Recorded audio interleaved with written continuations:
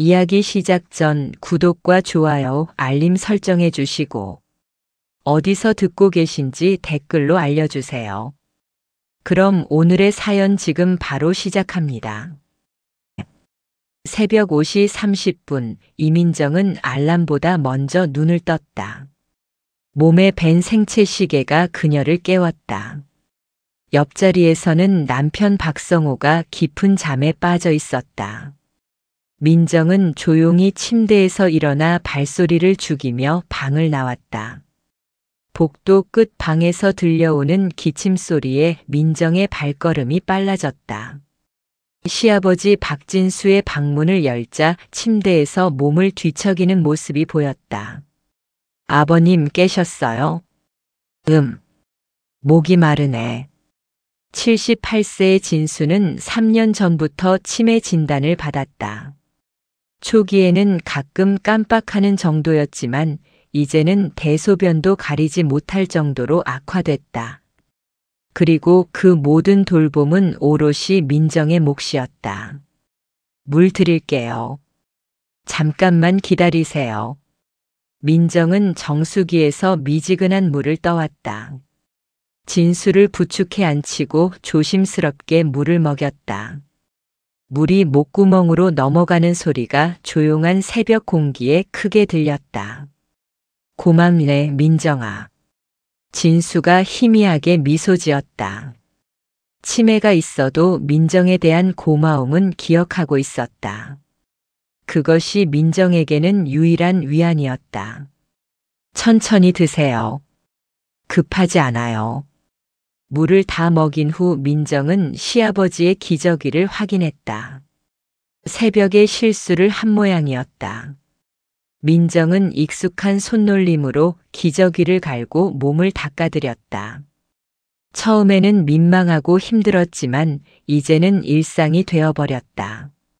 시아버지를 다시 재우고 나서 민정은 부엌으로 향했다. 온 가족의 아침 준비를 해야 했다. 밥을 짓고 국을 끓이고 반찬을 데우는 일상이 기계적으로 반복됐다. 7시가 되자 성호가 일어났다. 세수를 하고 양복을 차려입은 그는 식탁에 앉아 스마트폰을 들여다봤다. 아침 됐어요. 민정이 상을 차려놓고 말했지만 성호는 고개도 들지 않았다. 뉴스를 보는 건지 메신저를 확인하는 건지 화면에만 집중하고 있었다. 회사에서 감사 때문에 바쁘다고 했죠? 언제까지예요? 글쎄, 한 달은 더 걸릴 것 같아. 성호의 대답은 간소했다. 대화에 관심이 없다는 표현이었다. 아버님도 요즘 상태가 안 좋아서 병원에 모셔가야 할 것 같은데. 그런 건 네가 알아서 해. 나는 회사 일로 정신없어. 성호가 짜증스럽게 말했다. 시아버지 돌봄은 전적으로 민정의 몫이라는 암묵적 합의가 이 집에는 있었다. 아침을 먹고 성호가 출근한 후 민정은 시아버지를 깨워 아침 식사를 도왔다. 죽을 끓여서 한 숟가락씩 떠먹이는 일은 30분 이상 걸렸다. 시아버지 진수는 가끔 음식을 삼키는 것을 깜빡하고 입에 머금고 있곤 했다. 아버님 삼키세요. 목에 걸려요. 민정의 목소리에는 피로가 묻어났다. 3년째 같은 일을 반복하고 있지만 익숙해지지 않았다. 아니, 익숙해져서는 안 된다고 생각했다. 그것은 한 인간에 대한 예의가 아니었다. 오전 10시 이웃집 아주머니 김순희가 찾아왔다. 그녀는 민정과 비슷한 나이로 가끔 안부를 묻곤 했다. 민정아, 오늘도 고생이 많네. 안녕하세요, 순희님. 들어오세요. 아니야, 잠깐만. 아버님은 어떠셔? 그저 그래요. 점점 안 좋아지시는 것 같아요. 순이는 민정의 얼굴을 유심히 살펴봤다. 언제부터인지 민정의 얼굴에서 생기가 사라져 있었다. 민정아, 너무 무리하지 마. 가끔은 요양원도 알아봐야 하는 거 아니야? 성우가 절대 안 된다고 해요. 집에서 모셔야 한다고. 그럼 성우가 돌보든지. 왜 다 네가 해야 해? 순이의 말에 민정은 쓴웃음을 지었다. 남편은 아버지 돌봄을 아내의 당연한 의무로 여겼다. 괜찮아요. 제가 원래 간호사였으니까 할 수 있어요. 간호사였다고 해서 24시간 돌봄이 쉬운 건 아니잖아. 너 언제 쉬어? 민정은 대답하지 않았다. 사실 제대로 쉬어본 적이 없었다. 밤에도 시아버지가 부르면 일어나야 했고 낮에도 눈을 뗄 수 없었다. 순이가 간 후 민정은 시아버지를 휠체어에 태우고 병원으로 향했다. 정기 검진을 받기 위해서였다. 버스를 2번 갈아타야 하는 거리였지만 운전을 할 수 없는 민정에게는 유일한 방법이었다. 병원에서 기다리는 시간 동안 진수는 계속 불안해했다. 낯선 환경에서는 더욱 혼란스러워했다. 집에 가자. 집에 가고 싶어. 잠깐만 기다리세요. 선생님이 진료해 주시고 집에 갈 거예요. 민정은 진수의 손을 잡고 달래었다. 주변 사람들의 시선이 부담스러웠지만 참았다. 박진수 환자분? 간호사의 부름에 민정은 휠체어를 밀고 진료실로 들어갔다. 어떻게 지내고 계세요? 의사가 친근하게 물었다. 점점 안 좋아지는 것 같아요. 밤에 잠도 자주 깨시고 식사도 힘들어 하세요. 가족분이 많이 힘드시겠어요. 돌봄 부담이 크시죠? 의사의 말에 민정의 눈가가 붉어졌다. 누군가 자신의 고충을 이해해 준다는 것만으로도 눈물이 났다. 혹시 요양시설은 고려해 보셨나요? 네. 하지만 가족들이 반대해서요. 가족 돌봄도 중요하지만 돌보는 분의 건강도 챙겨야 해요. 너무 무리하지 마세요. 의사의 조언을 들으며 민정은 복잡한 심정이었다. 요양원에 모시고 싶은 마음이 없는 것은 아니었다. 하지만 성우와 신우이는 절대 반대했다. 집으로 돌아오는 길에 진수가 갑자기 말했다. 민정아, 고생이 많다. 괜찮아요, 아버님. 내가 죽으면 편해질 텐데. 그런 말씀 마세요. 우리가 끝까지 모실 거예요. 하지만 민정의 마음 한구석에서는 다른 생각이 들었다. 언제까지 이렇게 살아야 할까? 자신의 인생은 언제쯤 시작될 수 있을까? 저녁이 되어 성우가 돌아왔다. 피곤한 기색이 역력했다. 아버지는 어떠셔? 병원에서 검진받고 왔어요. 점점 안 좋아지신다고 해요. 그래? 뭐 어쩔 수 없지. 성우의 반응은 담담했다. 마치 남의 일처럼 여기는 것 같았다. 여보, 의사 선생님이 요양원도 고려해보라고 하시던데. 또 그 얘기야? 아버지를 요양원에 보낼 수는 없어. 우리가 모셔야지. 우리가 모신다고 하지만 실제로는 제가 다 하고 있잖아요. 그게 며느리 도리 아니야? 간호사 출신이니까 더 잘할 수 있는 거고. 성우의 말에 민정은 할 말을 잃었다. 간호사였다고 해서 24시간 돌봄이 쉬운 것은 아니었다.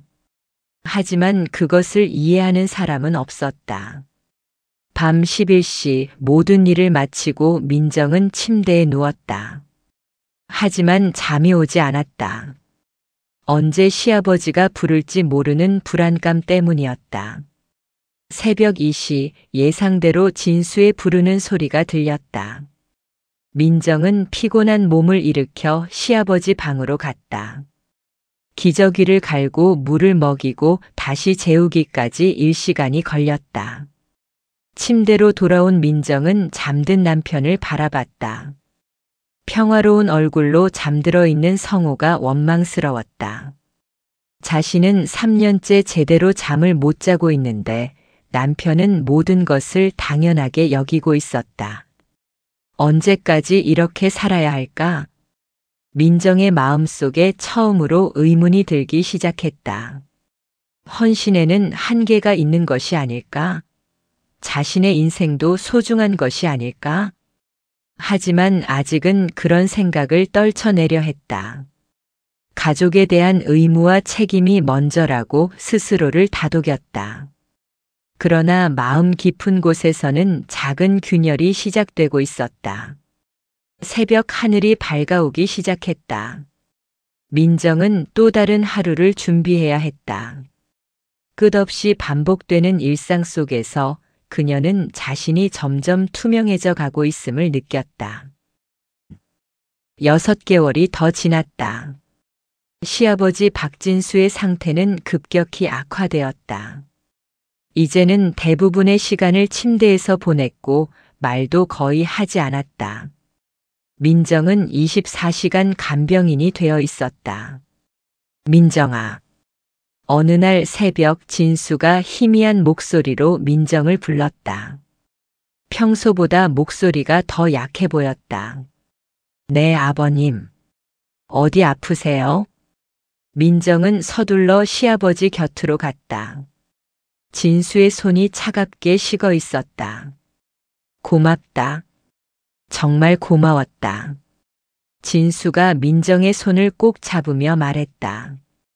그의 눈에는 말할 수 없는 미안함이 서려 있었다. 아버님 무슨 말씀을. 너만 진짜로 날 돌봐줬어. 진수의 목소리는 점점 작아졌다. 민정의 눈에서 눈물이 흘러내렸다. 3년 동안의 고생이 한순간에 보상받는 기분이었다. 그날 오후 진수는 조용히 눈을 감았다. 민정이 병원으로 옮기려 했지만 이미 늦었다. 의사는 평화롭게 돌아가셨다고 위로했다. 장례식장은 조문객들로 북적였다. 성호의 회사 동료들, 친척들, 동네 사람들까지 많은 이들이 찾아왔다. 하지만 정작 3년 동안 시아버지를 돌본 민정에게 위로의 말을 건네는 사람은 많지 않았다. 민정아, 정말 고생 많았어. 이웃집 순이만이 진심 어린 위로를 해주었다. 이제 좀 쉴 수 있겠네. 네. 그런 것 같아요. 민정은 묘한 감정에 휩싸여 있었다. 슬픔보다는 해방감이 더 컸다. 죄책감이 들기도 했지만 솔직한 마음이었다. 장례식 이튿날 성호는 민정을 구석진 곳으로 불러냈다. 표정이 평소와 달랐다. 민정아, 할 얘기가 있어. 무슨 얘기요? 성호는 잠시 망설이더니 차가운 목소리로 말했다. 우리 이제 각자 길을 가자. 민정은 귀를 의심했다. 무슨 말씀이세요? 이혼하자는 얘기야. 아버지도 돌아가셨으니 이제 더 이상 함께 살 이유가 없잖아. 순간 민정의 머릿속이 하얗게 변했다. 시아버지가 돌아가신 지 하루도 안 되어 이혼을 말하다니. 왜 갑자기 그런 말씀을? 갑자기가 아니야. 오래전부터 생각해온 일이야. 성호의 목소리에는 주저함이 없었다. 아버님 돌봄 때문에 우리 관계가 소원해진 건 사실이지만 다시 시작할 수 있잖아요. 민정, 솔직히 말할게. 나는 더 이상 당신과 살고 싶지 않아. 성호의 말은 칼날같이 날카로웠다. 당신 없이는 더 자유로울 것 같아. 서로에게 짐이 되지 말자. 민정은 말문이 막혔다. 3년 동안 자신이 무엇을 했는지 생각해 보라고 소리치고 싶었다. 하지만 목소리가 나오지 않았다. 재산 분할이나 그런 건 변호사를 통해서 하자. 복잡하게 하지 말고. 성호는 일방적으로 말하고는 돌아서려 했다. 잠깐요. 민정이 간신히 목소리를 냈다. 제가 뭘 잘못했는지 알고 싶어요. 잘못한 게 아니야. 그냥 우리는 안 맞는 것 같아. 안 맞는다고요? 3년 동안 아버님을 돌보느라 제가 얼마나. 그것도 당신이 선택한 일이잖아. 누가 강요한 것도 아니고. 성우의 말에 민정은 기가 막혔다. 시아버지 돌봄을 자신이 선택했다고. 다른 선택지가 있었던가. 그리고 솔직히 말하면 당신은 너무 재미없어. 항상 피곤해하고 대화도 안 되고. 성우의 말은 계속되었다. 나도 인생이 있어. 이제 좀 자유롭게 살고 싶어. 민정은 더 이상 듣고 있을 수 없었다. 장례식장에서 이혼을 통보받는 상황이 현실감이 없었다. 시간을 좀 주세요. 너무 갑작스러워서. 시간을 준다고 달라질 게 있어? 이미 결정한 일이야. 성우는 냉정했다. 이미 오래전부터 계획했던 일이라는 것이 느껴졌다. 그날 밤 집에 돌아온 민정은 혼자 앉아 있었다. 성우는 친구 집에서 자겠다며 나가버렸다. 갑작스런 이혼 통보에 충격을 받았지만 이상하게 눈물은 나오지 않았다. 오히려 민정의 머릿속에는 다른 생각들이 스쳐 지나갔다. 최근 몇 달 동안 성우의 행동들이 떠올랐다. 출장이 잦아진 것, 늦게 들어오는 일이 많아진 것, 휴대폰을 항상 뒤집어 두는 것, 그리고 며칠 전 우연히 들은 전화통화. 응, 아버지 장례 끝나면 바로 정리할게. 조금만 더 기다려. 그때는 회사 일인 줄 알았는데 지금 생각해보니 다른 의미였을 수도 있었다. 민정은 성우의 서재로 갔다. 평소에는 들어가지 않는 공간이었다. 책상 서랍을 열어보니 신용카드 명세서들이 있었다. 민정이 모르는 카드들이었다. 명세서를 자세히 보니 이상한 점들이 많았다.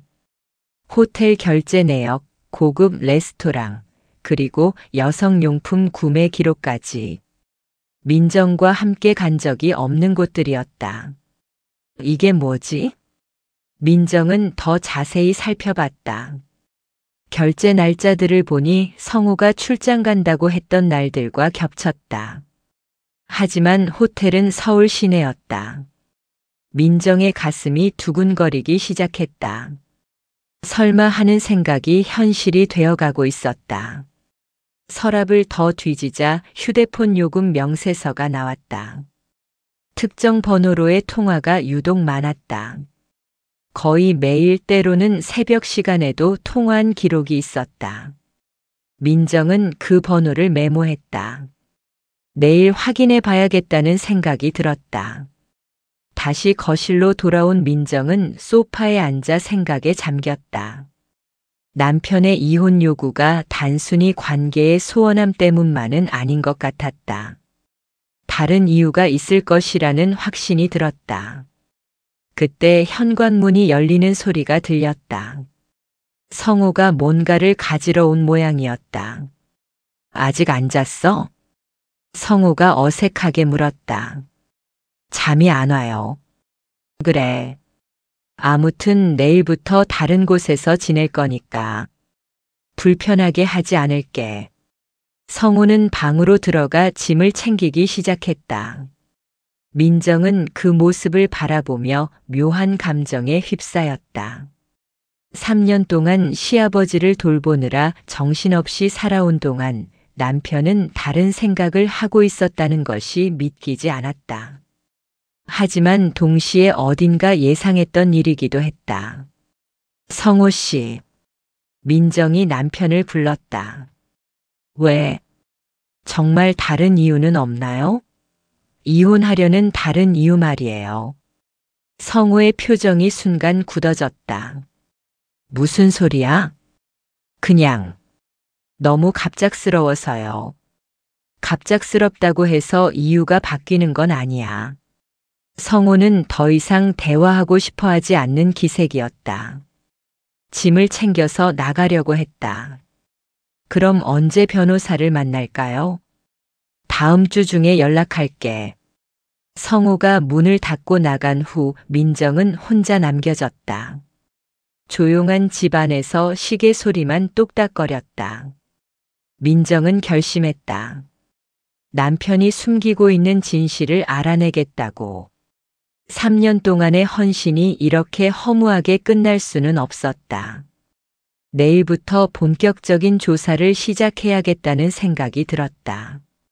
신용카드 명세서의 번호들, 호텔 기록들, 그리고 의심스러운 전화번호까지 모든 것을 파헤쳐 보겠다고 다짐했다. 민정의 눈에는 더 이상 슬픔이 아닌 다른 감정이 타오르고 있었다. 배신감과 분노, 그리고 진실을 알고 싶다는 강한 의지였다.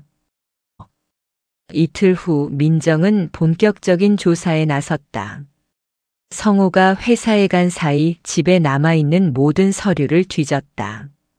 3년 동안 시아버지 돌봄에만 집중하느라 남편의 일상을 제대로 살펴볼 겨를이 없었다는 것을 이제야 깨달았다. 성호의 옷장을 뒤지다가 정장 주머니에서 작은 쪽지를 발견했다. 여성의 필체로 쓰인 메모였다. 오늘 저녁 7시 롯데호텔 로비에서 마이너스 수진. 날짜를 보니 지난주였다. 민정의 가슴이 쿵 내려앉았다. 수진이라는 여자가 누구인지는 몰랐지만 남편이 다른 여자와 만나고 있었다는 증거였다. 민정은 어제 메모해둔 전화번호를 다시 확인했다. 혹시 이수진이라는 사람의 번호일까? 용기를 내어 전화를 걸어봤다. 여보세요? 젊은 여성의 목소리가 들렸다. 죄송합니다. 잘못 걸었나 봐요. 민정은 서둘러 전화를 끊었다. 하지만 충분했다. 여자의 목소리를 확인했으니까. 그 순간 현관문이 열리는 소리가 들렸다. 성호가 일찍 들어온 모양이었다. 민정은 급히 모든 것을 원래대로 정리했다. 일찍 오셨네요. 회사에서 일찍 나왔어. 짐 좀 더 가져가려고. 성호는 어색하게 대답하며 방으로 들어갔다. 민정은 그를 따라가며 조심스럽게 물어봤다. 혹시 수진이라는 분 아세요? 순간 성호의 몸이 굳어지는 것이 보였다. 수진? 누구? 그냥 예전에 들어본 것 같아서요. 모르는데. 왜? 성호의 반응이 부자연스러웠다. 분명히 알고 있는 사람이었다. 아무것도 아니에요. 민정은 더 이상 추궁하지 않았다. 오히려 성호를 안심시켜야 했다. 자신이 의심하고 있다는 것을 들키면 안 됐다. 성호가 짐을 챙겨서 나간 후 민정은 컴퓨터를 켰다. 성호의 이메일 계정에 로그인해 보려 했지만 비밀번호가 바뀌어 있었다. 예전에는 결혼 기념일을 비밀번호로 썼는데 이제는 다른 것으로 바꾼 모양이었다. 하지만 포기하지 않았다. 성호가 자주 쓰는 비밀번호들을 하나씩 시도해 봤다. 세 번째 시도에서 성공했다. 수진 425였다. 아마 수진이라는 여자의 생일인 것 같았다. 이메일을 확인하자 충격적인 내용들이 쏟아져 나왔다. 성호야, 오늘 정말 행복했어. 빨리 모든 게 정리되었으면 좋겠어. 나도 더 이상 숨어서 만나는 건 싫어. 수진아, 조금만 더 기다려줘. 아버지 일이 끝나면 바로 정리할게. 언제까지 기다려야 해? 나는 정말 지쳤어. 당신 아내는 언제까지 그렇게 바보같이 모르고 있을 거야? 민정은 더 이상 읽을 수 없었다. 손이 떨렸다. 바보같이 모르고 있다는 표현이 특히 가슴에 박혔다. 더 과거 이메일을 살펴보니 1년 전부터 주고받은 메시지들이 있었다. 즉 시아버지 돌봄이 가장 힘들었던 시기에 남편은 다른 여자와 불륜을 저지르고 있었던 것이다. 수진아, 오늘 집에서 아버지가 또 사고쳤어. 민정이가 새벽까지 치우느라 고생했지. 덕분에 나는 편하게 잘 수 있었어. 이런 내용도 있었다. 자신의 고생을 다른 여자에게 농담처럼 얘기하고 있었던 것이다. 민정의 분노가 치솟았다. 3년 동안 자신이 얼마나 힘들었는지, 얼마나 외로웠는지를 남편은 알고 있었다. 그런데도 위로 한마디 없이 오히려 다른 여자와 그것을 비웃고 있었다니. 더 충격적인 것은 다음 이메일이었다. 성호야, 회사에서 소문 안 날까 걱정돼. 혹시 누가 알면 어떡해? 괜찮아. 회계팀이랑 인사팀은 원래 친해. 그리고 내가 처리해둔 게 있어서 누구도 뭐라 못할 거야. 처리해둔 게 뭐야? 나중에 얘기해 줄게. 중요한 건 우리가 안전하다는 거야. 민정은 이 대화가 무슨 의미인지 궁금했다. 성호가 회사에서 무엇을 처리해뒀다는 걸까? 그때 성호의 서재에서 회사 관련 서류들이 생각났다. 민정은 서재로 가서 더 자세히 뒤져봤다. 파일 캐비닛 맨 아래 서랍에서 이상한 서류들을 발견했다. 회사의 회계 관련 자료들이었는데 민정이 보기에도 뭔가 이상했다.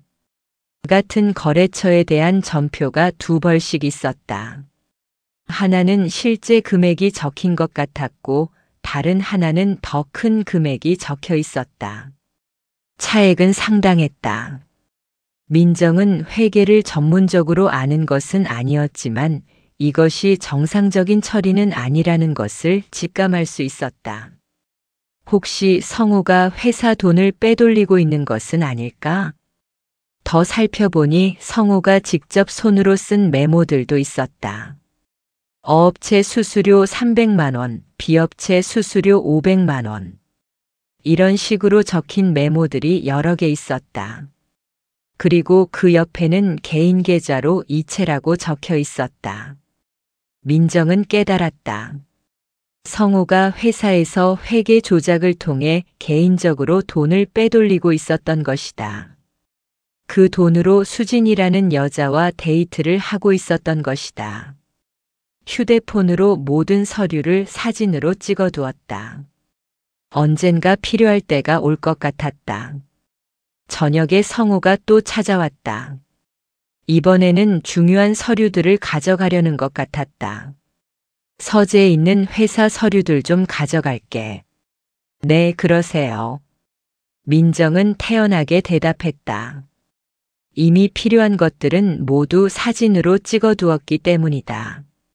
성우가 서류들을 뒤지는 모습을 보니 뭔가 급해하는 것 같았다. 혹시 자신이 봤다는 것을 눈치챈 걸까? 혹시 서재에 들어온 적 있어? 성우가 의심스럽게 물었다. 아니요. 왜요? 서류 순서가 좀 바뀐 것 같아서. 청소할 때 실수로 건드렸을 수도 있어요. 죄송해요. 민정의 연기는 완벽했다. 성우는 더 이상 의심하지 않는 것 같았다. 아무튼 내일부터는 변호사랑 만날 거니까 마음에 준비해둬. 네, 알겠어요. 성우가 나간 후 민정은 혼자 앉아 계획을 세웠다. 남편의 불륜과 회계 조작 증거를 모두 확보했다. 이제 어떻게 활용할지 결정해야 했다. 단순히 이혼만 하는 것은 아쉬웠다. 3년 동안의 헌신을 무시하고 배신한 남편에게 적절한 대가를 치르게 하고 싶었다. 민정은 인터넷으로 변호사 사무실을 검색했다. 하지만 성우가 추천한 변호사가 아닌 다른 곳으로 가야겠다고 생각했다. 성우 쪽에서 미리 입김을 넣을 수도 있기 때문이다. 여성 전문 변호사 사무실을 찾아서 예약을 잡았다. 내일 상담을 받기로 했다. 그날 밤 민정은 오랜만에 깊게 잠들었다. 3년 동안 시아버지 돌봄으로 제대로 잠을 못 잤는데 진실을 알고 나니 오히려 마음이 편해졌다. 분노와 배신감도 있었지만 동시에 해방감도 느꼈다. 이제 더 이상 남편을 위해 희생할 필요가 없었다. 자신만의 인생을 살 수 있게 되었다. 하지만 그 전에 해야 할 일이 있었다. 성호에게 그동안의 배신에 대한 적절한 대가를 치르게 하는 것이었다. 민정의 눈에는 이제 절망이나 슬픔이 아닌 다른 감정이 타오르고 있었다. 복수에 대한 냉철한 계획과 의지였다. 다음 날 오전 민정은 강남에 있는 법무법인을 찾았다. 여성 변호사 김지은은 40대 중반으로 차분하면서도 예리한 인상이었다. 어떤 일로 오셨나요? 이혼 상담을 받으러 왔습니다. 민정은 지난 3년간의 상황과 최근 발견한 사실들을 차근차근 설명했다. 시아버지 돌봄, 갑작스런 이혼 통보, 그리고 발견한 불륜과 회계 조작 증거까지. 김지은 변호사는 민정의 이야기를 들으며 꼼꼼히 메모했다. 증거 자료들을 보여주시겠어요? 민정은 휴대폰에 저장해둔 사진들을 보여줬다. 이메일 내용, 회계 서류, 신용카드 명세서 등이었다. 이거 상당히 심각한 문제네요. 김 변호사의 표정이 굳어졌다. 단순한 불륜이 아니라 업무상 배임이 의심됩니다. 회계 조작을 통한 회사 자금 유용은 형사처벌 대상이에요. 정말요? 네. 남편분이 회계팀에서 일하신다고 했죠? 이런 행위는 배임죄, 횡령죄에 해당할 수 있어요. 민정은 생각보다 심각한 문제라는 것을 깨달았다. 그럼 어떻게 해야 할까요? 여러 가지 방법이 있어요. 먼저 이혼 소송에서는 상당히 유리한 위치에 서게 됩니다. 불륜에 대한 증거가 명확하고 재산 분할에서도 유리해요. 김 변호사는 구체적으로 설명했다. 하지만 회계 조작건은 별도로 처리해야 합니다. 이건 민사가 아니라 형사 문제거든요. 형사 고발을 하면 어떻게 되나요? 남편분이 형사처벌을 받게 됩니다. 회사에서도 징계를 받을 것이고 최악의 경우 실형도 가능해요. 민정은 잠시 고민했다. 그 정도까지 할 생각은 없었다. 꼭 형사 고발을 해야 하나요? 아니요. 이 증거들을 협상 카드로 활용할 수도 있어요. 이혼 조건을 유리하게 만드는 거죠. 협상 카드요? 네. 남편분 입장에서는 이 일이 알려지면 직장을 잃을 수도 있고 사회적으로도 매장당할 수 있어요. 그런 위험을 피하고 싶다면 이혼 조건에서 양보할 수밖에 없죠. 김 변호사의 설명을 들으며 민정은 여러 가지를 생각했다.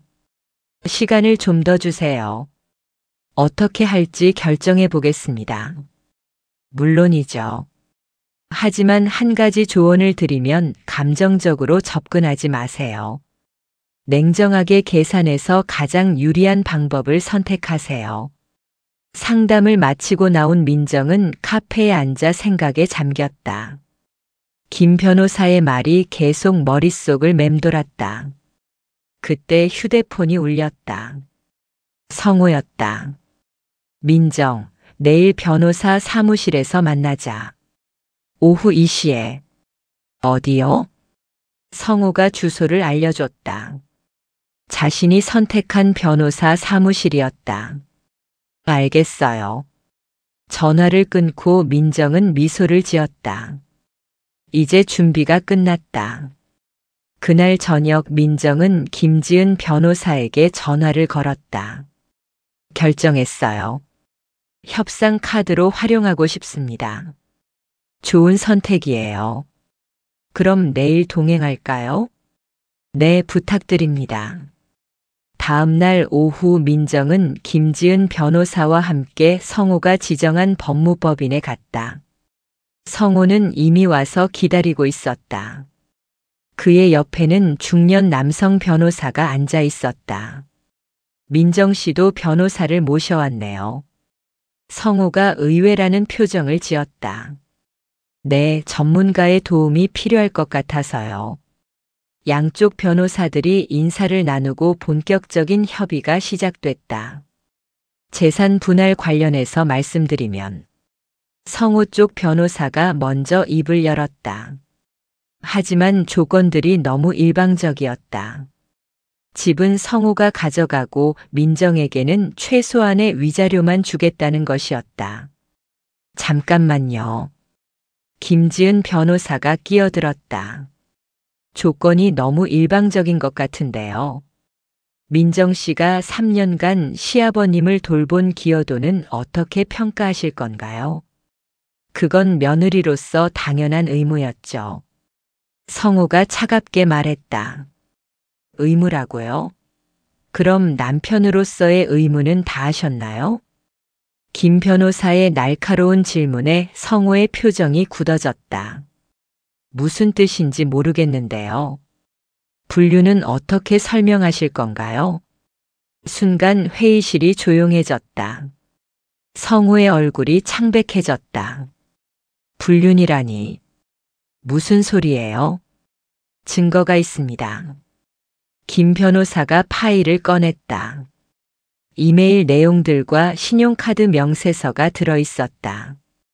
성호는 서류들을 보더니 말문이 막혔다.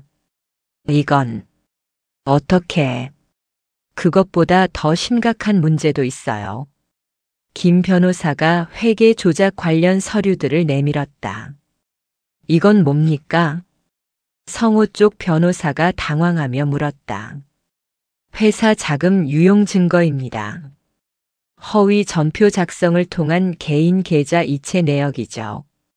성호의 얼굴이 완전히 하얗게 변했다. 에이, 이건 오해입니다. 오해라고요? 성호 씨가 직접 손으로 쓴 메모도 있는데요. 김 변호사가 메모 사진을 보여줬다. 성호의 필체로 개인 계좌 이체라고 쓰여 있었다. 어떻게 하시겠어요? 이대로 재판으로 갈까요? 아니면 합리적인 선에서 합의할까요? 김 변호사의 말에 성호는 완전히 기가 죽었다. 민정아, 이걸 어떻게 알았어? 성호가 떨리는 목소리로 물었다. 3년 동안 저를 속였으니까 이 정도는 알 수 있죠. 민정의 목소리는 차가웠다. 그럼 어떻게 하고 싶은 거야? 간단해요. 공정한 재산 분할과 적절한 위자료.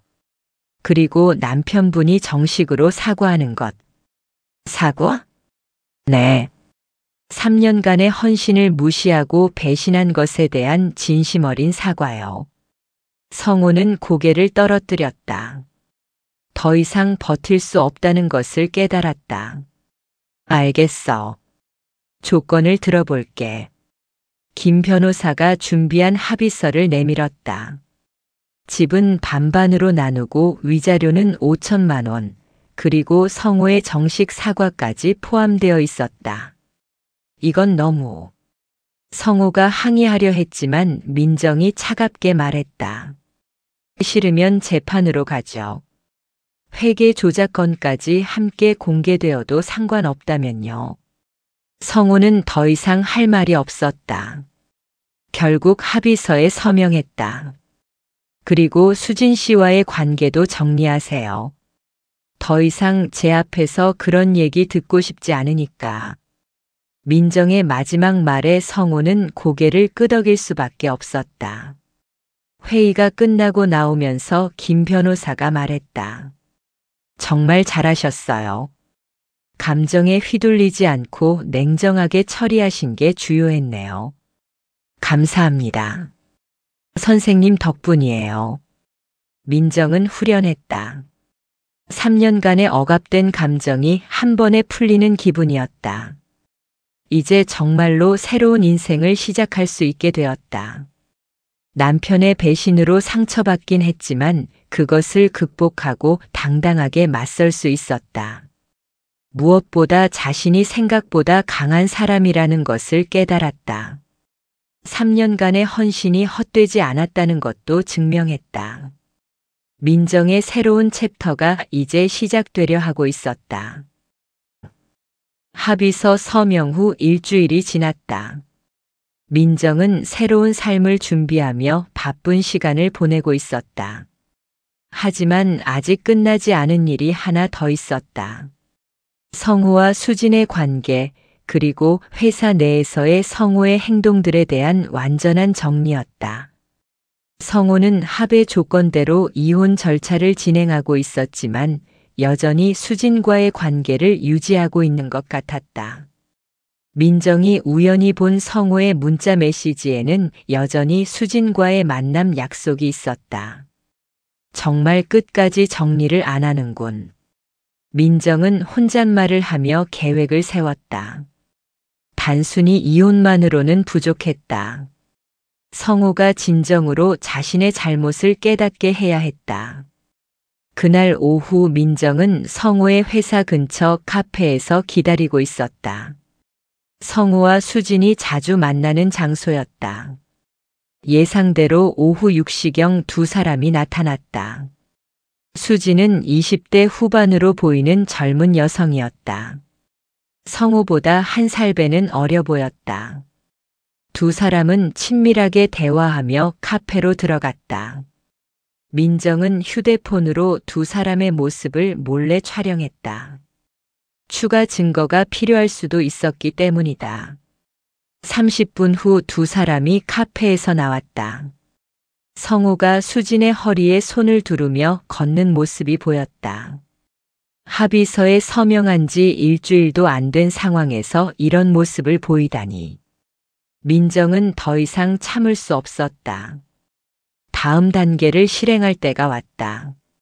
다음 날 민정은 성우의 회사에 익명으로 제보를 했다. 회계 조작과 관련된 증거들을 정리해서 내부 감사팀에 발송한 것이다. 박성호 회계팀 과장의 업무상 배임 행위에 대해 제보합니다. 제보 메일에는 모든 증거 자료가 첨부되어 있었다. 허위 전표, 개인 계좌 이체 내역, 성우가 직접 쓴 메모들까지. 회사 입장에서는 무시할 수 없는 내용이었다. 특히 회계팀 직원의 금전 비리는 회사 전체의 신뢰도와 직결되는 문제였다. 제보 후 이틀 만에 결과가 나왔다. 성우가 회사에서 대기발령을 받았다는 소식이었다. 성우로부터 다급한 전화가 걸려왔다. 민정, 이거 너 짓이지? 무슨 말씀이세요? 회사에서 내부 감사가 시작됐어. 내가 제보한 거 맞지? 저는 잘 모르겠는데요. 무슨 일이 있었나요? 민정은 태연하게 대답했다. 제발 그만해줘. 나 이러다 정말 끝장나.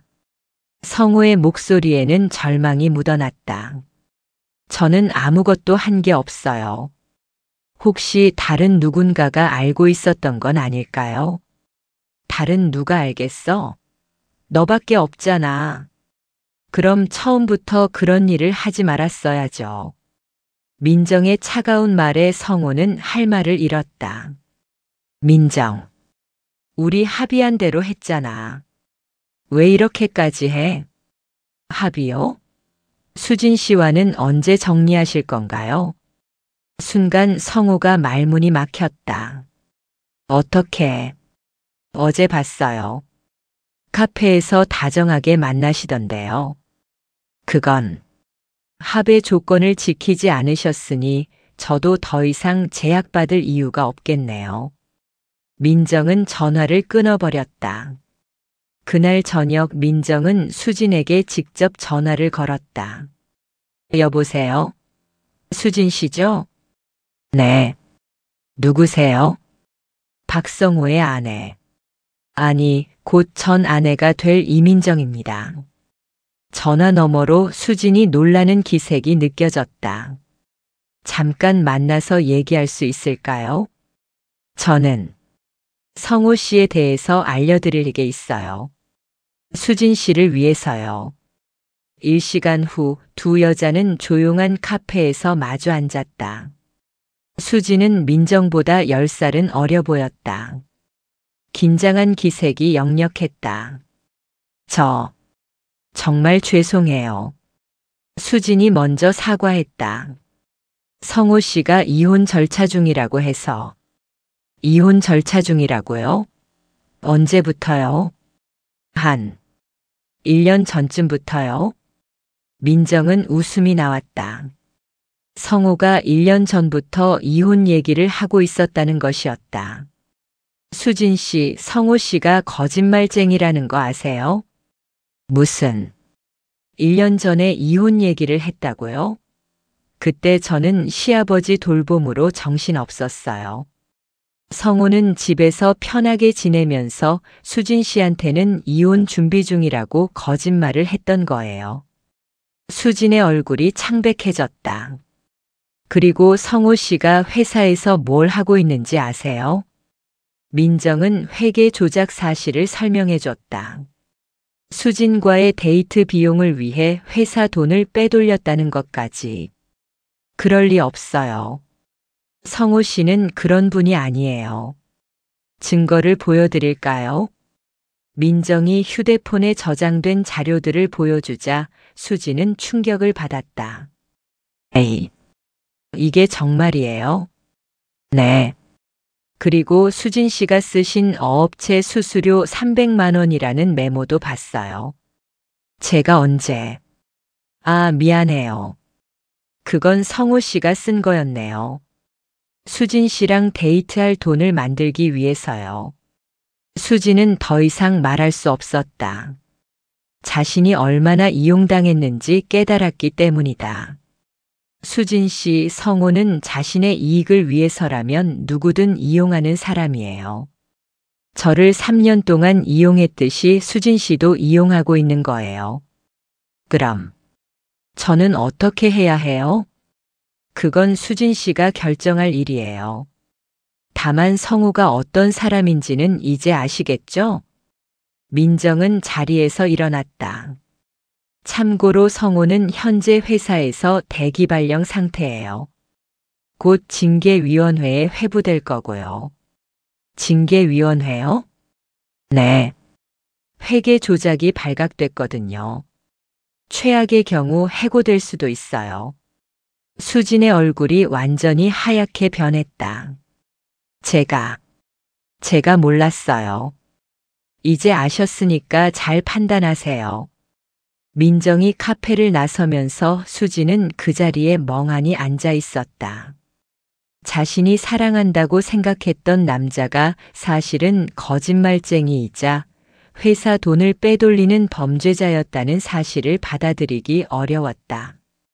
그날 밤 수진은 성호에게 전화를 걸었다. 성호 씨, 만나서 얘기해요. 수진아, 지금은 좀. 지금 당장 만나야 해요. 안 그러면 더 이상 연락 안 할 거예요. 수진의 단호한 목소리에 성호는 마지못해 만나기로 했다. 카페에서 만난 수진은 성호를 똑바로 바라봤다. 성호 씨, 정말 이혼 준비를 1년 전부터 하고 있었어요?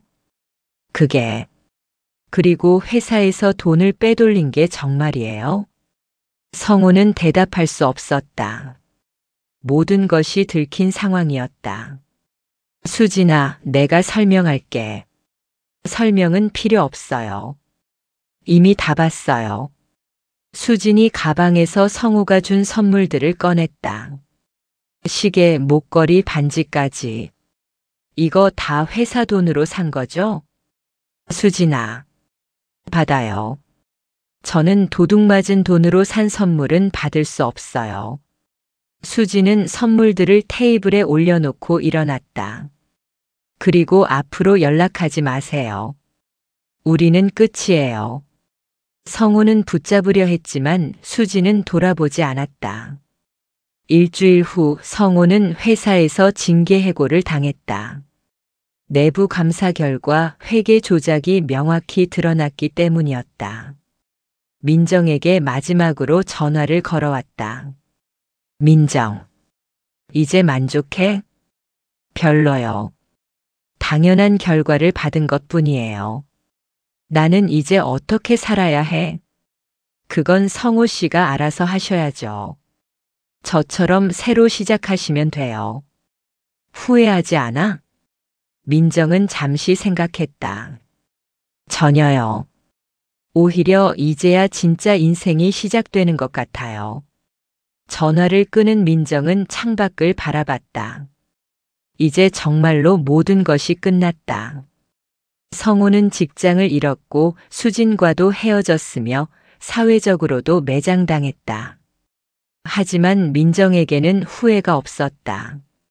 3년간의 헌신을 배신한 대가를 정당하게 치른 것뿐이었다. 이제 민정의 새로운 인생이 진짜로 시작될 차례였다. 성호의 몰락을 지켜본 지 한 달이 흘렀다. 민정은 이제 완전히 홀로 서기를 시작해야 했다. 합의 조건에 따라 받은 집과 위자료로 당분간은 생활에 문제가 없었지만 더 중요한 것은 자신만의 삶을 찾는 것이었다. 10년 만에 다시 간호사로 돌아가는 건 어떨까? 민정은 거울 앞에서 혼잣말을 했다. 결혼 전까지 5년간 일했던 간호사 경력이 있었지만 10년의 공백은 작지 않았다. 하지만 다른 선택지는 많지 않았다. 인근 종합병원 인사팀에 전화를 걸어 면접 일정을 잡았다. 경력 단절 여성을 위한 재취업 프로그램이 있다는 것을 알게 되었다. 이민정 씨 10년간의 공백 기간 동안은 뭘 하셨나요?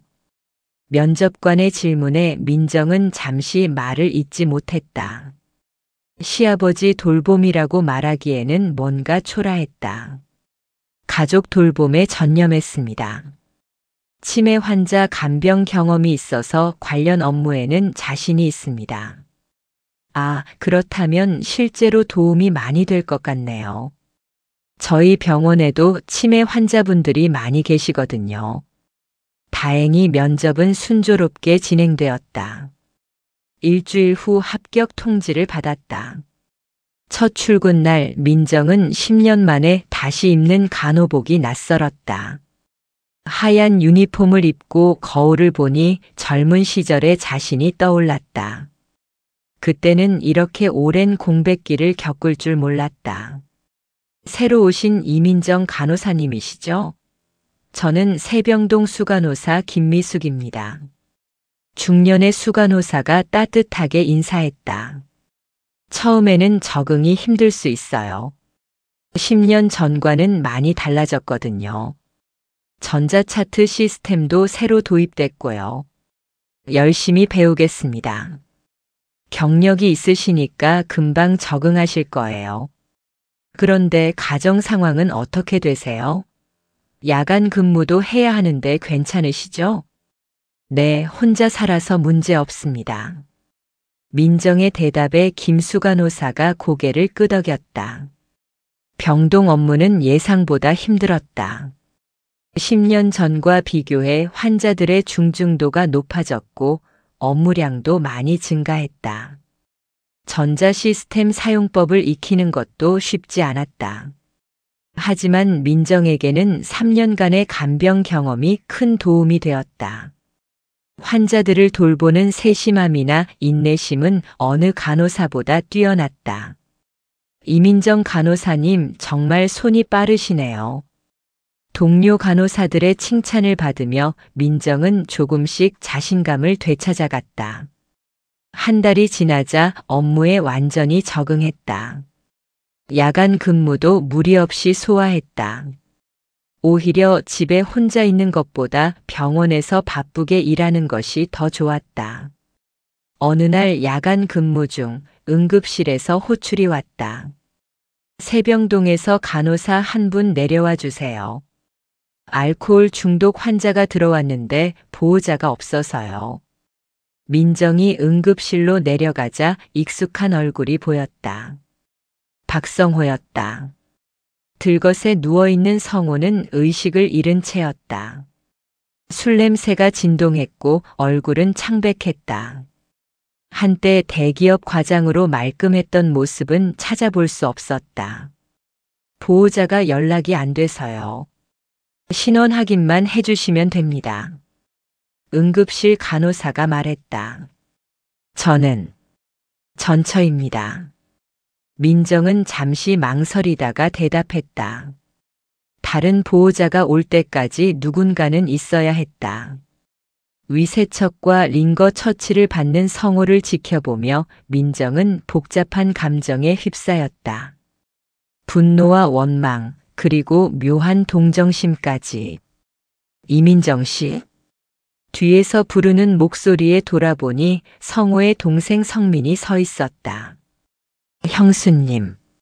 아니, 민정 씨. 연락받고 왔어요. 성민 씨.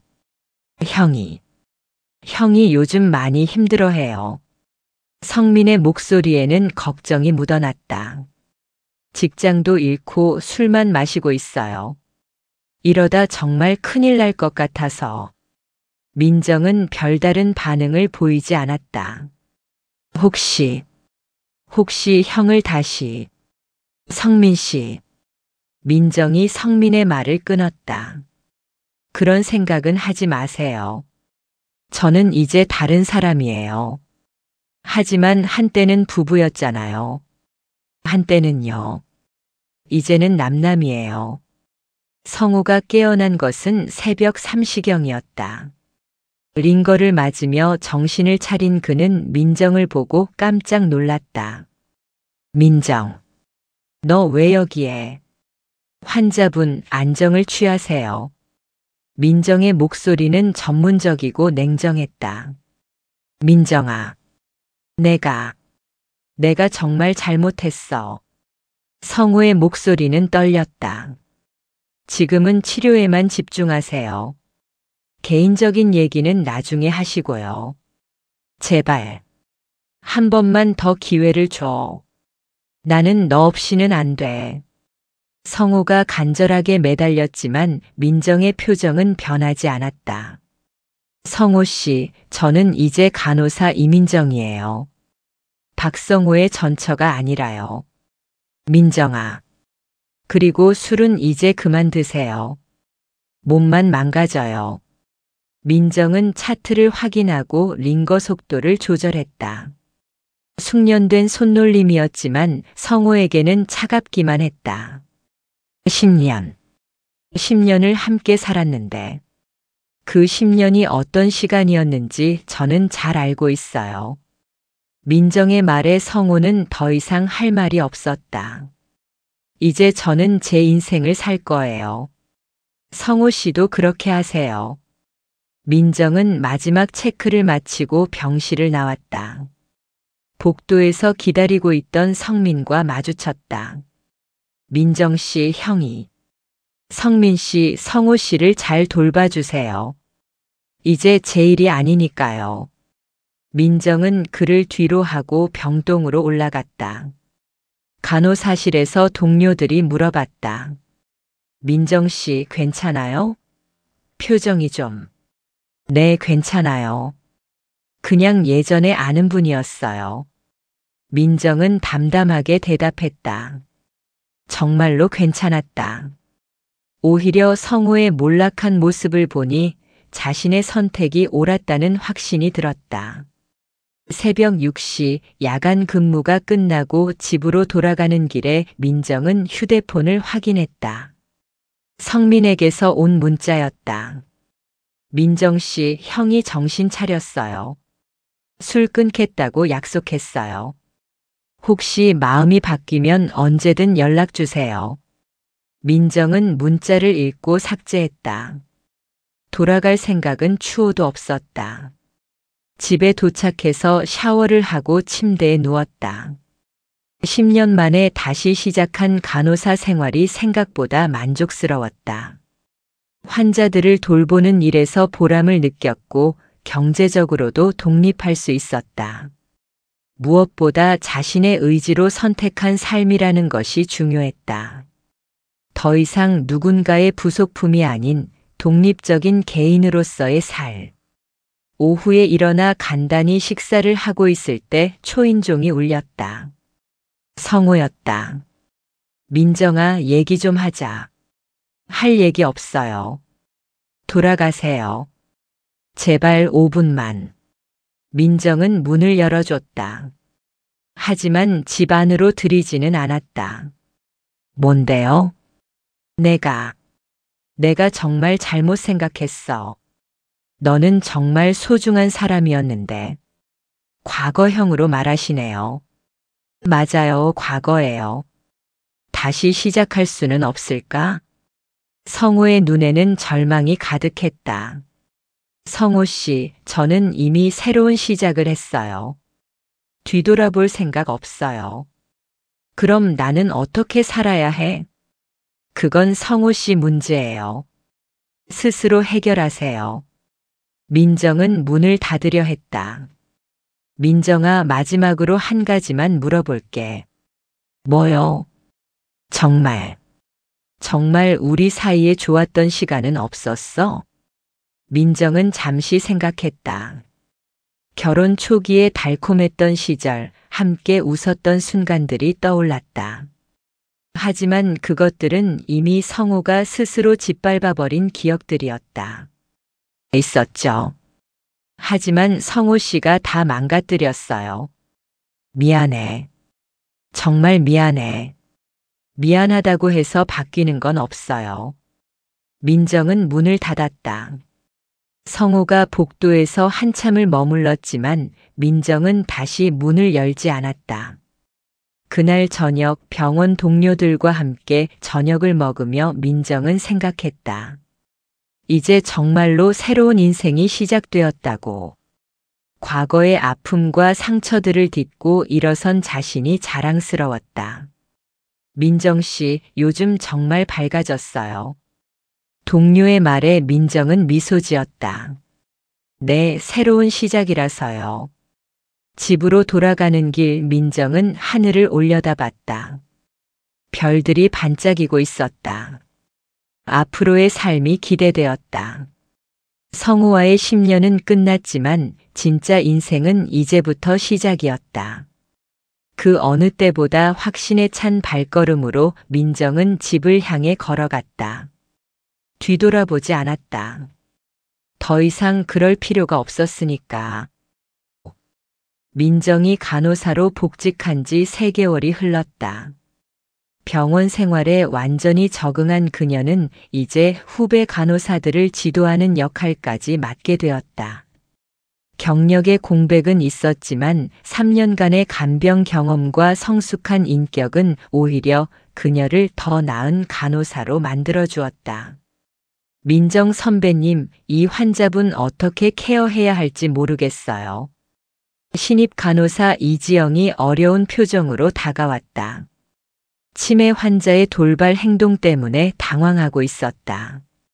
지영 씨, 일단 마음을 편하게 가져요. 치매 환자분들은 불안감을 느끼면 더 심해져요.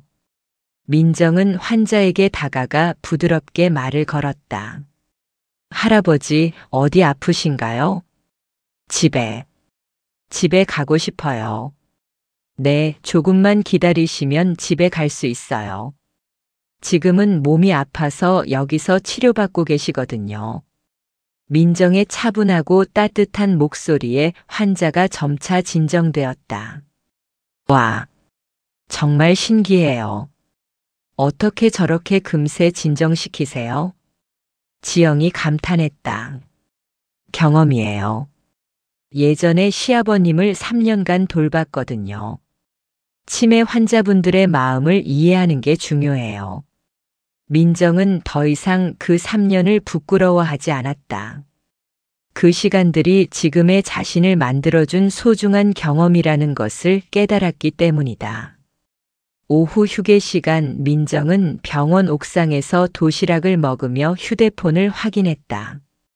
성민에게서 온 문자가 있었다. 민정 씨 형이 재활치료센터에 들어갔어요. 술을 끊겠다고 해서요. 그리고 취업도 알아보고 있어요. 혹시 기회가 되면 만나서 얘기 한번. 민정은 문자를 끝까지 읽지 않고 삭제했다. 성우가 어떻게 살든 이제는 자신과 상관없는 일이었다. 민정 씨 여기 계셨네요. 뒤에서 김미숙 수간호사가 다가왔다. 수간호사님 무슨 일 있으세요? 좋은 소식이 있어서요. 민정 씨 덕분에 저희 병동 환자 만족도가 크게 올랐어요. 특히 치매 환자 가족분들의 반응이 아주 좋아요. 저야 당연한 일을 한 것뿐이에요. 그리고 원장님께서 민정 씨를 책임 간호사로 승진시키고 싶다고 하시네요. 민정은 깜짝 놀랐다. 복직한 지 불과 3개월 만의 일이었다. 정말요? 내 실력도 뛰어나고 후배들 지도도 잘하시고 무엇보다 환자들을 대하는 마음가짐이 남달라요. 민정의 가슴이 뜨거워졌다. 오랜 시간 인정받지 못했던 자신의 가치가 드디어 빛을 보는 순간이었다. 감사합니다. 최선을 다하겠습니다. 그런데 하나 걱정되는 게 있어요. 김수간호사의 표정이 진지해졌다. 혹시 개인적인 문제는 없죠? 가끔 힘들어 보이실 때가 있어서요. 아, 괜찮아요. 이제는 정말 괜찮아요. 민정은 웃으며 대답했다. 정말로 괜찮았다. 아니, 괜찮아지고 있었다. 저녁 근무를 마치고 집으로 돌아가는 길 민정은 예전에 성우와 함께 다니던 카페 앞을 지나게 되었다. 문득 들어가 보고 싶어졌다. 카페는 예전과 별로 달라진 게 없었다. 구석진 자리에 앉아 커피를 시키며 민정은 지난 날들을 되돌아봤다. 1년 전 이맘때 자신은 시아버지 돌봄으로 지쳐 있었고 성우는 다른 여자와 불륜을 저지르고 있었다. 그때만 해도 이런 날이 올 줄은 꿈도 꾸지 못했다. 실례지만 이민정 씨 맞으시죠? 뒤에서 부르는 목소리에 돌아보니 낯익은 얼굴이 있었다. 동네 이웃이었던 김순희였다. 아, 순희님. 어떻게 여기서? 저도 이 근처에서 일해서 자주 와요. 민정 씨는 어떻게 지내세요? 순희가 자리에 앉으며 물었다. 간호사로 다시 일하고 있어요. 정말요? 잘 됐네요. 그런데 성우 씨는 어떻게 지내요? 순희의 질문에 민정은 잠시 망설였다. 저희는 이혼했어요. 어머, 정말요? 언제? 좀 됐어요. 민정은 자세한 설명은 피했다. 사실 저도 짐작은 했어요. 민정 씨가 그렇게 고생하는데 성우 씨는 너무 무관심했거든요. 순희의 말에 민정은 쓴웃음을 지었다. 지나간 일이에요. 그래도 혼자 살기 힘들지 않아요? 전혀요. 오히려 더 자유로워요. 그래요? 그럼 다행이네요. 사실 제가 볼 때도 민정 씨는 너무 희생만 하고 사셨어요. 순희와 1시간 정도 대화를 나눈 후 민정은 집으로 돌아갔다. 오랜만에 만난 이웃과의 대화가 의외로 위로가 되었다. 집에 도착해서 샤워를 하고 침대에 누우려는데 초인종이 울렸다. 시계를 보니 밤 10시가 넘은 시간이었다. 문 앞에 서 있는 건 뜻밖에도 수진이었다. 한때 성우의 불륜 상대였던 그녀는 예전보다 많이 초췌해 보였다. 안녕하세요. 갑자기 찾아와서 죄송해요. 수진 씨, 무슨 일이세요? 잠깐만 얘기할 수 있을까요? 민정은 잠시 망설이다가 수진을 집 안으로 들였다. 커피 드릴까요? 아니요, 괜찮아요. 수진은 긴장한 기색이 역력했다. 사실 사모님한테 사과하러 왔어요. 사과요? 그때 제가 정말 잘못 생각했어요. 성호 씨 말만 믿고 사모님을 오해했던 것 같아요. 수진의 목소리가 떨렸다. 사모님이 그때 해주신 말씀들이 다 맞았어요. 성호 씨는 정말 거짓말쟁이였고 저를 이용한 거였어요. 지금은 어떻게 지내세요? 회사는 그만뒀어요. 성호 씨 때문에 소문이 나서. 지금은 다른 곳에서 새로 시작하고 있어요. 수진이 고개를 떨궜다. 그리고 성호 씨와는 완전히 정리했어요. 민정 씨 말씀이 맞았어요. 그 사람은 자신의 이익을 위해서라면 누구든 이용하는 사람이에요. 민정은 수진을 바라보며 복잡한 감정을 느꼈다. 분노보다는 동정심이 더 컸다.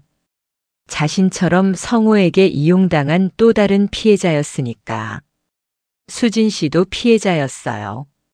너무 자책하지 마세요. 정말 죄송해요.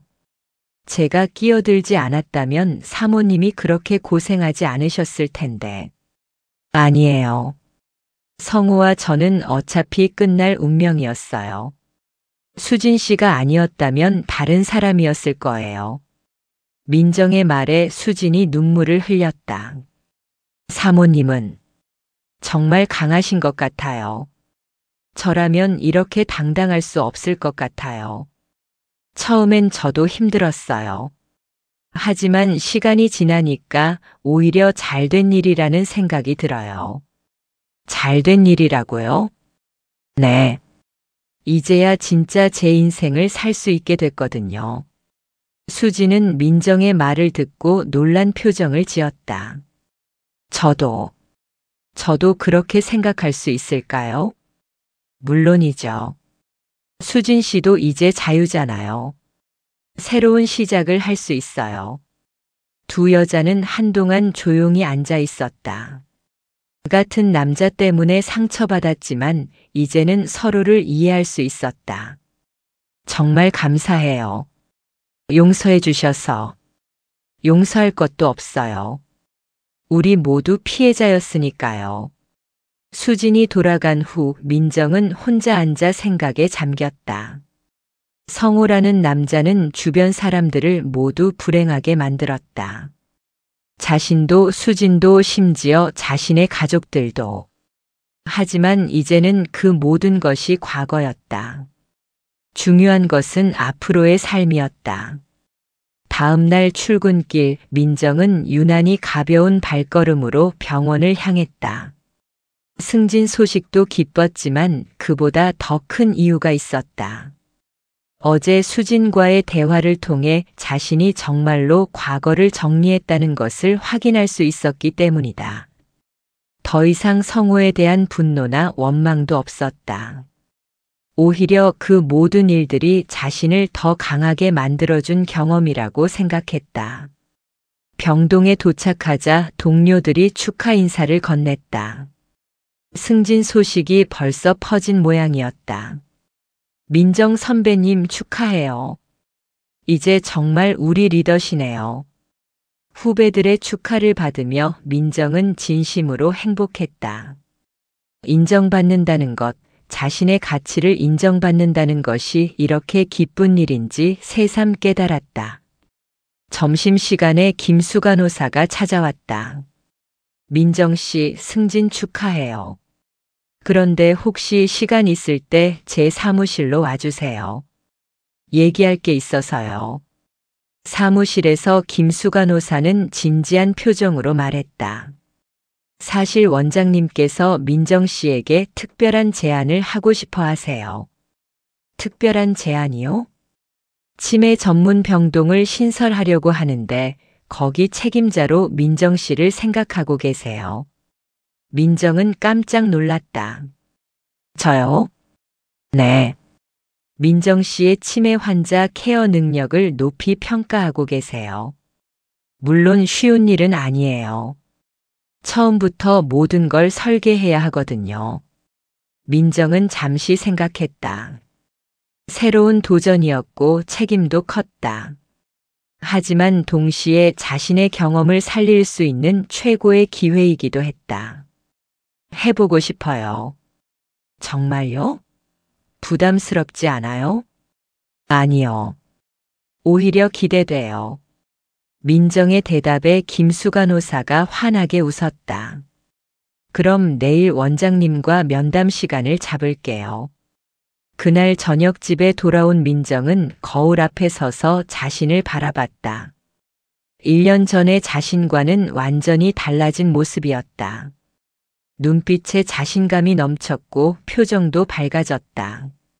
정말 새로운 시작이구나. 민정은 혼자 중얼거렸다. 성우와의 10년은 끝났지만 진짜 인생은 이제부터 시작이었다. 휴대폰을 보니 성민의 문자가 또 와 있었다. 이번에는 읽지도 않고 바로 삭제했다. 더 이상 뒤돌아볼 이유가 없었다. 민정은 침대에 누워 천장을 바라보며 미소 지었다. 내일은 또 어떤 새로운 일들이 기다리고 있을까? 두려움보다는 기대감이 더 컸다. 창밖으로 보이는 밤하늘에는 별들이 반짝이고 있었다. 그 별들처럼 민정의 미래도 밝게 빛나고 있었다. 진정한 자유를 찾은 민정의 새로운 인생이 이제 본격적으로 시작되려 하고 있었다. 6개월 후 민정은 새로 신설된 치매 전문 병동의 책임 간호사가 되어 있었다. 희망병동이라는 이름을 가진 이곳은 민정의 아이디어로 시작되어 그녀가 직접 설계한 공간이었다. 민정 팀장님, 새로운 환자분이 입원하셨어요. 후배 간호사 지영이 차트를 들고 다가왔다. 이제 민정을 팀장님이라고 부르는 사람들이 많아졌다. 어떤 분이세요? 75세 남성분인데 초기 치매 진단 받으셨어요. 가족분들이 많이 걱정하고 계시더라고요. 민정은 차트를 확인하고 병실로 향했다. 환자 가족들이 모여 있었는데 그 모습이 1년 전의 자신과 너무 닮아 있었다. 안녕하세요. 저는 이 병동 책임 간호사 이민정입니다. 아, 안녕하세요. 저희 아버지 잘 부탁드려요. 환자의 며느리로 보이는 40대 여성이 지친 표정으로 인사했다. 혹시 집에서 돌봄이 어려우셨나요? 민정의 질문에 며느리가 눈물을 글썽였다. 네. 저 혼자서는 도저히. 남편은 회사 일로 바쁘고 시어머님도 연세가 많으셔서. 충분히 이해해요. 혼자서는 정말 힘든 일이거든요. 민정의 따뜻한 위로에 며느리가 안도의 표정을 지었다. 여기서는 전문적인 치료와 함께 가족분들의 부담도 덜어드릴 수 있어요. 너무 걱정하지 마세요. 환자 가족과 상담을 마치고 나온 민정은 간호사실에서 차트를 정리했다. 이런 가족들을 볼 때마다 자신의 경험이 얼마나 소중한 자산인지 깨달았다. 팀장님, 인터뷰 요청이 들어왔어요. 지영이 서류를 가져왔다. 인터뷰요? 네, 의료 전문지에서 치매 전문 병동 성공 사례로 소개하고 싶다고 해요. 민정은 놀랐다. 불과 6개월 전만 해도 이혼으로 인생이 무너진 것 같았는데 이제는 전문가로서 인정받는 위치에 있었다. 좋은 기회인 것 같은데요. 치매에 대한 인식 개선에도 도움이 될 것 같고요. 인터뷰는 일주일 후로 잡혔다. 민정은 그동안의 경험과 노하우를 정리해서 많은 사람들에게 도움이 되고 싶었다. 점심시간 민정은 병원 카페에서 샐러드를 먹으며 메모를 정리하고 있었다. 그때 누군가 조심스럽게 다가왔다. 민정 씨. 고개를 들어보니 성우였다. 6개월 만에 보는 그의 모습은 많이 달라져 있었다. 술을 끊고 재활치료를 받은 덕분인지 이전보다 건강해 보였다. 성우 씨. 민정은 담담하게 인사했다. 더 이상 그의 모습에 동요하지 않았다. 갑자기 찾아와서 죄송해요. 병원에서 일하신다는 얘기를 들었는데. 무슨 일이세요? 그냥 잘 지내시는지 궁금해서요. 성우의 목소리는 예전과 달리 조심스러웠다. 보시다시피 잘 지내고 있어요. 정말 대단하세요. 치매 전문 병동까지 만드셨다니. 성우가 진심으로 감탄하는 것 같았다. 그동안 쌓은 경험이 도움이 됐어요. 민정의 말에 성우는 고개를 숙였다. 그 경험이 누구 때문이었는지 알고 있었기 때문이다. 민정 씨, 저 진짜로 후회하고 있어요. 그래요? 그럼 다행이네요. 혹시 다시. 성우 씨. 민정이 성우의 말을 끊었다. 저는 이제 완전히 다른 사람이에요. 과거로 돌아갈 생각은 전혀 없어요. 하지만 그리고 성우 씨도 새로운 삶을 사시는 게 좋을 것 같아요. 과거에 매달려 있으면 앞으로 나아갈 수 없어요. 성우는 더 이상 할 말이 없었다. 민정의 단호한 모습에서 돌이킬 수 없는 변화를 느꼈기 때문이다. 그럼 행복하세요. 감사해요. 성우 씨도 건강하게 지내세요. 성우가 떠나고 난 후 민정은 커피를 한 모금 마시며 생각했다. 이상하게도 성우를 보고도 아무런 감정의 동요가 없었다. 분노도 그리움도 연민조차 없었다. 그냥 지나간 과거의 한 부분일 뿐이었다. 오후에 병동으로 돌아온 민정은 새로 입원한 환자를 돌보며 하루를 마무리했다.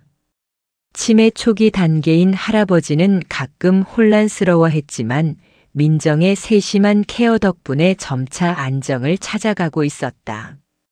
간호사님 정말 감사해요. 집에서는 어떻게 해야 할지 몰라서 너무 힘들었는데.